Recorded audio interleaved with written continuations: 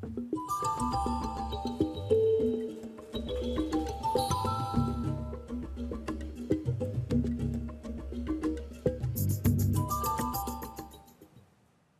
folks, and welcome to InsPOWration, a TV show that focuses on inspirational people and their stories, inspirational stories. Thank you to Channel 55 Olelo for having us here, and again, the 501c3 nonprofit Prayers on Wings. My name is Devin Nakasone. I'll be your host, as always.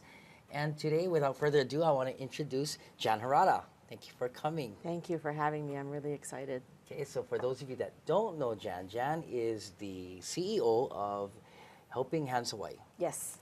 And Helping Hands Hawaii, while you guys are busy because one of the things that Helping Hands Hawaii is, if I understand it correctly, is you help with the homeless situation. Some of what we do, yes. Mm-hmm. And homeless, the situation of homeless people is very, very big in Hawaii right now. Mm-hmm. So what does HHH do for the homeless situation? Well, a few things. So we actually work with Catholic Charities Hawaii on a project called the Hawaii Pathways Project. So it works with the chronically homeless who are suffering addiction or addiction with mental illness, and those who are chronically homeless. And it's a part of the housing first effort in the state to look at housing these folks who have been on the streets for so long struggling, and then working to provide services so that they can stabilize and maintain permanent housing. Wow, that's pretty heavy. You know, I work for Hawaii Public Housing, so I know that some of their contact informations are people from Helping Hands Hawaii. So, sure. So when you say the mentally ill, that's a very heavy task. It can be. It can be. Yeah, because I'm there from 7:45 to 4:30 every day, and I work in the maintenance department. Mm-hmm. So we're in and out. Yes. You know, you guys are in there all the way, so mm-hmm. that can be really rough. It's every day, every minute can change mm-hmm. on you, right? So, can you explain some of how difficult? It's very difficult. You know, the teams that we have are amazing people that do this work. Everybody that we have that are trying to help this population really are making a choice to be there. Most of them have their own personal story, their own personal reason why they want to work with this population. But it's very stressful, it's very hard, it's not for everybody. Mm-hmm. So it makes us really appreciate the people who do choose to do this work and want to help this population. They're very passionate people. You know, you're talking to me about people have their stories. Yes. So we have one of our own. Yeah. So for those of you that don't know, I had the pleasure of being one of Jan's judges what year was that? I think it's a couple years ago. Yeah. Years ago? 2013, I think. 2013? Yes. No, 2014. Okay, yes. 2014, Three Outstanding Young Persons Award that was presented by the Hawaii JCs, and she was one of 10 that was in the interview, and you made all of us cry because of your personal story. So she was saying everyone has a personal story, and Jan's is very inspirational, which really touched my heart. President Ryan at that time, and again Susie Chun, Susie Oakland Chun, and we were crying with you. You know, I know today is a Sunday, and it's the end of the work week, and it was a very hard week for you. Right? It was a long week. I checked your Facebook, but if you can you give us a little bit insight of your personal story? You might make me cry, but I will try. It's okay. It's all good. It's all good. We don't edit here too, by the way. Yes. So, you know, I always get asked why I'm doing what I'm doing, because I have my undergraduate in psychology, and I actually have my law degree, and I'm licensed to practice. So I get asked the question of, why aren't you doing that? Why are you working in nonprofit? Why are you wanting to help the population you're helping? And really, it starts from my parents, you know, when they were kids. And my dad grew up super poor with his siblings and my grandparents, and he was really helped by people at a community center to sort of understand the value of time, people spending time with him, mentoring him, coaching him, guiding him, helping him get a better education, helping him to find sort of life purpose. And he happened to be good at swimming. They taught him how to swim, and he got scholarships to go to college and go and finish at a good high school. And he wouldn't have been able to do any of that were it not for the people who helped him. And, you know, I really look at that, and that was, you know, in the 40s and the 50s. And I wish all those people who helped him then could see me now, because, see, there it comes. It's the product of, I'm a product of that. I'm a product of the people who helped him back in the 40s and 50s. And that's why I see the power of people who can just make time and inspire and motivate. And we may never see the end result of what we're doing for people that we interact with, but what I know happens, because I'm a living example, is you're changing lives, you know, you're saving lives, you're helping people. And again, I wish I could see, sometimes I wonder the stress, you know, and the people we're helping. But I know, I'm confident that we're doing things for the better, and that 50 years from now, those people will remember that, and then hopefully turn around and give in the same way, because they were helped when they were younger. My mom's story too. My mom, you know, lost her father and brother within a year of each other, and never finished college, had to drop out, help the family, and really got mentored by people in the professional sector to get a job, learn the ropes, you know, on the go. And both of them worked so hard for 35 plus years. Both of them worked 2 jobs each to provide their kids with the opportunities that we had. And that's because of the lessons they learned growing up and the people that reached out to them. So everything I am, everything I do today is because of them. See, and this is why, you know, because you have no walls, you were able to show us your heart that day, and how you do that every day is why you inspire. You inspire others through crisis, you know, and it's beautiful, because it's not really, it was your parents. Yeah. You know, people ask you every day, how come you're not doing this? How come you're not doing that? And why are you doing this? And it's really good that you got it defined to that point, which means that there's that much more passion and inspiration behind it. People ask me all the time the same question, why do you do it? Why do you do this? And I say, I do it for the ones that didn't make it. Yes. You know, and then people ask me, why do I live the way I live? And I say, I try to live each day like I died and got to come back again. It's a lot more giving than living life is like your last day. Yeah. And I believe that if any one of those friends of mine back in 1984, 1985 that died from leukemia, I believe that if they got to come back, they would do the same thing. Yeah. And maybe even more, because they got to see the other side, you know. And I really try to live that, and to do that, you're living life spiritually, which can be very difficult, you know, because you gotta find that ground of reality. And the ground of reality for you must be actually pretty hard, because you not only sit, you're not only a CEO of Helping Hands Hawaii, but you sit on many boards due to different nonprofits and charities that handle many different problems, and that must be very difficult at times.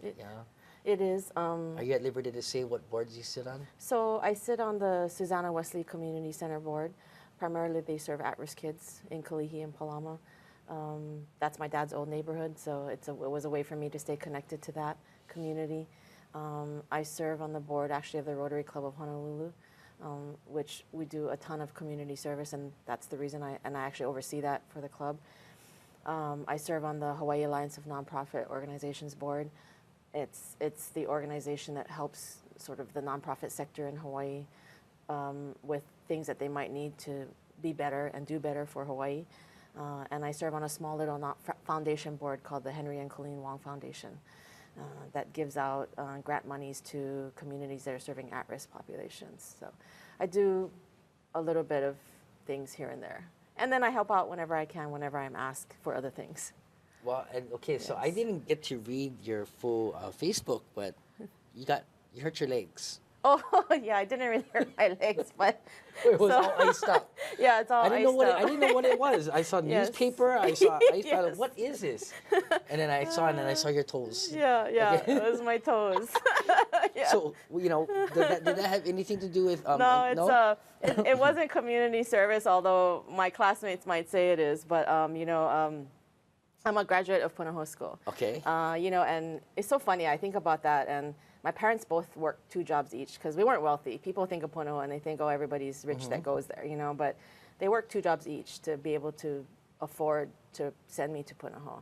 And we moved in with my grandmother, so we could afford to send me to Punahou. And so this was our class year to shadow the current class that was running the alumni luau. So I jumped right in. I enjoyed it. It was an opportunity for 15 hours to really work with many classmates. And the interesting thing is that when you see people you haven't seen or that knew you before, so they knew me before I am who I am now. And it was really a fascinating study in looking at how we've all grown and our evolution and our path. And I think about the people I was closest to in high school and the people that I'm close to now and the kinds of folks that they are. And I think at the core, who we are actually stays from childhood. So my parents raised me with some core values around humility and integrity and working hard and compassion for people who don't have as much. And I think that was there in high school because I look at the folks who I interact with and who were my closest friends in high school. And that's there now, So when people talk about how when you develop who's at your core, I think it comes from your childhood. So for me, it was fascinating the whole day because I really enjoyed connecting with people that I maybe weren't even friends with in high school that are now have evolved and are their own different people too. And I'm very different in many ways, but the core, my heart is the same, I think. Yeah. Well, so yeah, must have been really, really hard work. Because, it was hard work. Because we were trying to figure it out, right? trying to figure what happened. Yeah, Okay. that many hours on my feet, Okay, so the job is stressful. So I always tell my staff when you're working in that high stress environment, you have to have something that you do outside of work that's yours. That's your stress relief, your thing you can do. And mine is martial arts and Chinese lion dancing. Okay. Okay. Okay. I'm almost out of camera. So I have, so I deal with knee things and hip things every once in a while. So when I'm on my feet for that long, it flares up also. Wow. Okay. Yes. Well, did I know that? Did I know that? I'm Or not was sure. I, just I don't know was if I that- crying in the room the whole time? I'm such a girl. Yeah, I'm just crying. But no, I must have been on your bio. Yes, right? it probably Okay, is. Okay. I must have passed that. It's So one of my that's cool. passions. So martial arts. Uh-huh. Got that? Martial arts. Mine is feeding ducks. Wow. Feeding ducks. So different. But I ride bike. And do kung fu on the bike. Yes. Yeah. No, wow. Okay, so that's good. We always like whenever we have guests on our show, we like to always show our viewers the person that you are. Like how you see the core. Yeah. So it's good that you're actually coming on and telling us all of this kind of stuff because you got so many titles Yeah, that's to all these boards you sit on and all Yeah. these things you do, and of course it's different when you're representing no matter what nonprofit or what charity or what organization. You got to be a certain way. You got to do a certain thing. You got to fall in line with the mission, and it's really, really must be really difficult at times because it is for me to find your ground, to find your me time, to not lose your identity and not get too caught up in this. I mean, there must be a lot of baggage that you can wind up taking home. I can only imagine. I mean, I just work for Hawaii Public Housing, and you get close with the tenants and stuff like that. And when something happens, you take that home, and then I used to take it home a lot. it can really affect you, right? Yeah. So I mean, you must be able to break some bricks and boards. No, that's not our style of Okay, kung fu. okay. It's just But kata. Okay. it's forms and weapons and some sparring, but But I'm scared. the thing is, I used to take it home a lot. The work used to follow me home, and that was leading to burnout. And what I realized along the way was I had to really get settled in what was important to me and have an ability to know if I've done as much as I can. As I can, and understand what I can control and what I can't control. So I can't control other people's opinion of me. I can't even control other people's opinion of the organization or the things that I'm doing in the community. All I can control is my own ethic and my own integrity and why I do what I do and how hard I work. And outside of that, nothing else is in my control. And I have to be able to know that. So even if something goes wrong, you know, it goes wrong, you know, and also understanding that I could fail miserably at any given moment in time, right? And I'm big on actually talking about failure and mistakes. That's super important to me. We try to stress that even within our organization about the ability to learn from our mistakes and not be afraid to make them and not get too down on yourself when you do make mistakes. And so that's sort of how I've been able to better not take it home with me all the time. And just as long as I know I did as much as I could and I worked and I gave it my best, that's all we can hope for.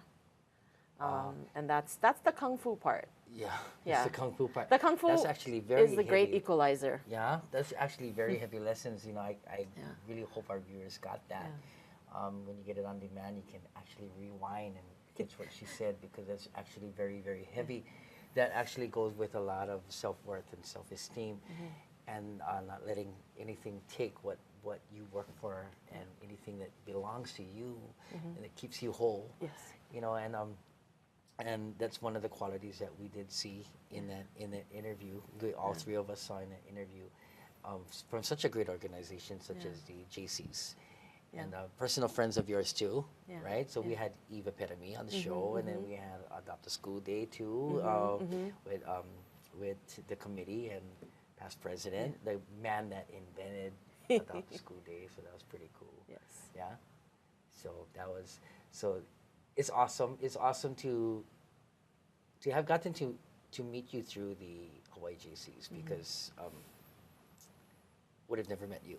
In fact, the Hawaii JCs are excellent stalkers. Yes. I didn't know they are, man. You're laughing because it's true. It's true. Right, Eve? No. They Google stalk you, yeah, man. they're awesome. You know, just a little picture in a midweek that you think no one reads, and she's got it. And she's like zooms in on it and they're calls amazing. you up one day and tells you, "We've been watching you for a year." What?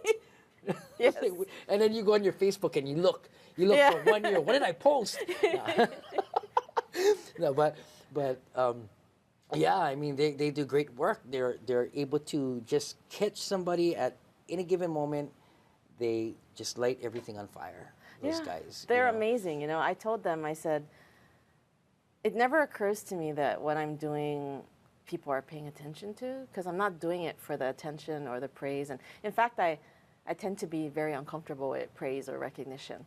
So it actually I'm always looking around and thinking, why do people, you know, I mean, it amazes me. It really does when people know something that I've done that I didn't never think anybody was paying attention to. And so for them to, and you folks, to recognize something in me like that is super humbling and really amazing to me. And was very challenging for me personally to accept that, because I always think I could do more, or that I don't deserve sort of that kind of praise. So it's just an internal thing, you know, about looking at that, and that was a journey in and of itself to go through that process with you guys. I guess there's this saying that pops in my head all the time. I'm still trying to learn it. A brilliant man by the name of Ron Williams said it to me, and he told me that gratitude is a soil for positive change. Yes. And and it's something that's easy to look over. You know, I mean, you don't get it. It's like, okay, I get it, but then when you're in this mode, it's like you start dissecting it, actually trying to figure out what does it mean, because it sounds like it's, you know, scripture can be dissected into thousands of ways, you know, and then it's like, wow, you know, it's not just a quote anymore. And it's something that I have to learn to deal with too. I mean, in the heat of the moment when everything, and then I get stopped. I get stopped a lot, and and it's at weird times. Yeah. You know, it can be when I'm ordering a zip pack, Yes. or coming off stage when we got a music gig Yeah. and stuff, and then so I'm not in that zone, and somebody will stop me and tell me why, you do such great work, and it's kind of like the switch that I constantly have to have there in my reach to turn it on and off, on and off. I mean, it's always there because my whole life actually circles around knowing my why. Yeah. And then knowing my why came from when I stopped asking why me. Yeah. I was such a pitiful boy at one point in my drug days. Why me? Why me? Why is this happening to me? And then when I finally stopped, it's when it started to make sense. Which brings me to my next question to you. You know, you said that you have a law degree and then you got another degree, and then there's that moment that you had that you said, okay, I got my degree. I can go and do this now. But before you did that, something stopped you. And then you did something totally different to where no one understands it. So what was that particular moment? I think it was family. It was mentors. I had a mentor in law school who passed away, but he sort of instilled in me that value of wanting to help people who were reaching out for help and didn't have an ability to help themselves. He was a law school professor, and I carried those lessons with me. Super brilliant guy, Harvard Law School graduate, worked for one of the biggest corporate law firms in New York City, and but yet had this servant's heart and humble heart, and just decided at some point that this is not him and not who he is. And you know, he up and left that life completely and went and became a law professor because he wanted to mentor others coming up after him. And his real passion was, you know, actually rock and roll music, playing bass in a band and drawing cartoons. So, you know, and I carried that with me. So when I came home to Hawaii, I took the bar, but while I was waiting for the bar results, I got a job. And I got a job working in children's mental health, and at a really difficult time for that sector. And it really instilled in me even more passion to want to help. And I saw how much need there was even in my home state, because I had been away I'd come back for vacations, but basically I'd been in school for 7 years. And so it started me down that path of wanting to help. So even after I found out that I passed the bar and I got sworn in, I decided to stay with that. And then it just became about how I can serve Hawaii best and help make Hawaii better. Some place that we can live. If somebody wants to live here, how can we create a Hawaii that they can live in that's affordable, that's healthy, that's sustainable, and that they can live, I always say live, work, and play in. Not everybody wants to live here, that's fine, but for those that do, how do we all work together to make that happen? That seed was planted back then. Actually it was planted in law school, and as I got nearer to graduation, it stayed with me, and it stayed with me after. I remember that. And then that first job I had, I really kicked it, you know, got the message. In talking to you, I have to ask you this. Was passing the bar, even though it's a great moment, was a great moment, was that maybe perhaps a weird kind of rock bottom? Passing the bar, you know how you just explained to me how your core is from your childhood and all of that. So you knew all of that in your heart. Passing the bar was the fork in the road that if you went and did what your degree entitled you to do, that you would be leaving all of that behind. I mean, you know, maybe at the time I may have felt that way, but actually now, no, because I know some really amazing attorneys that are practicing attorneys that are doing some really cool work. And I know others who aren't practicing, have the same education, the same, you know, bar passage, that are using their skill sets for good, whether it's running a hospital or helping a nonprofit organization or doing something else in the community. It's funny because I think earlier you mentioned about titles, and I'm sort of like, I've got all kinds of stuff going on, but that's not what drives me. And so I think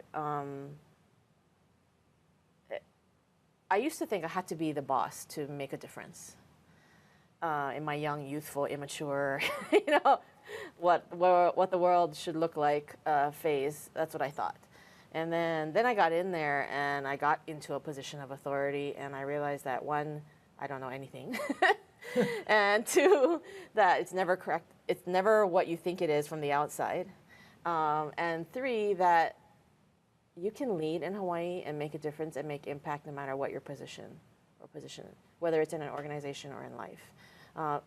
Some of the biggest, most impressive, most sort of potentially game-changing voices I've heard are not from people in leadership positions. And so I'm really not a big believer in title. I believe my education wholeheartedly has helped me get where I am. It taught me things and certain skills and things that I have.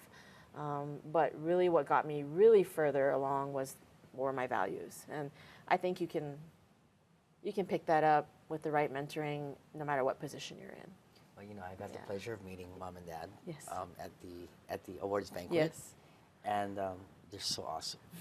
They're so loving. They were so Yeah. loving, They right? are. Yeah, they were so loving. They were so proud of you, and I know they still are. But that day, they were so proud of you, and there's so much love there, and you looked at that. I mean, just your table was just glowing. Loved it. We all did. Yeah, we all cried, right? Yeah, we were all cried, and Chris is in the booth, and just reflecting on that moment was an awesome day, and it was.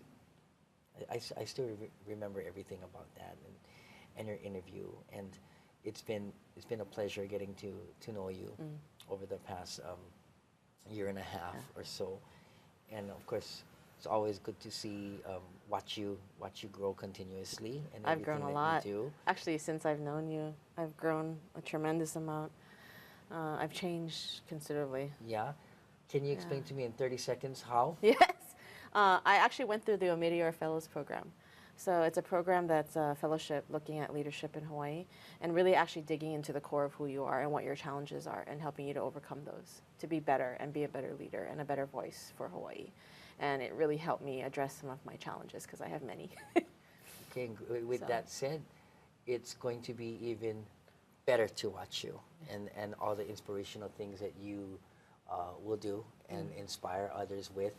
And that's what it's all about, inspiring others. I want to thank you for coming on the show. Thank you for having me. It's been long overdue. So to all of our viewers out there, thank you so much for watching. Again, Jan Harada of Helping Hands Hawaii. Get involved, find something to do, find the inspiration. Thank you everyone for watching. We are out.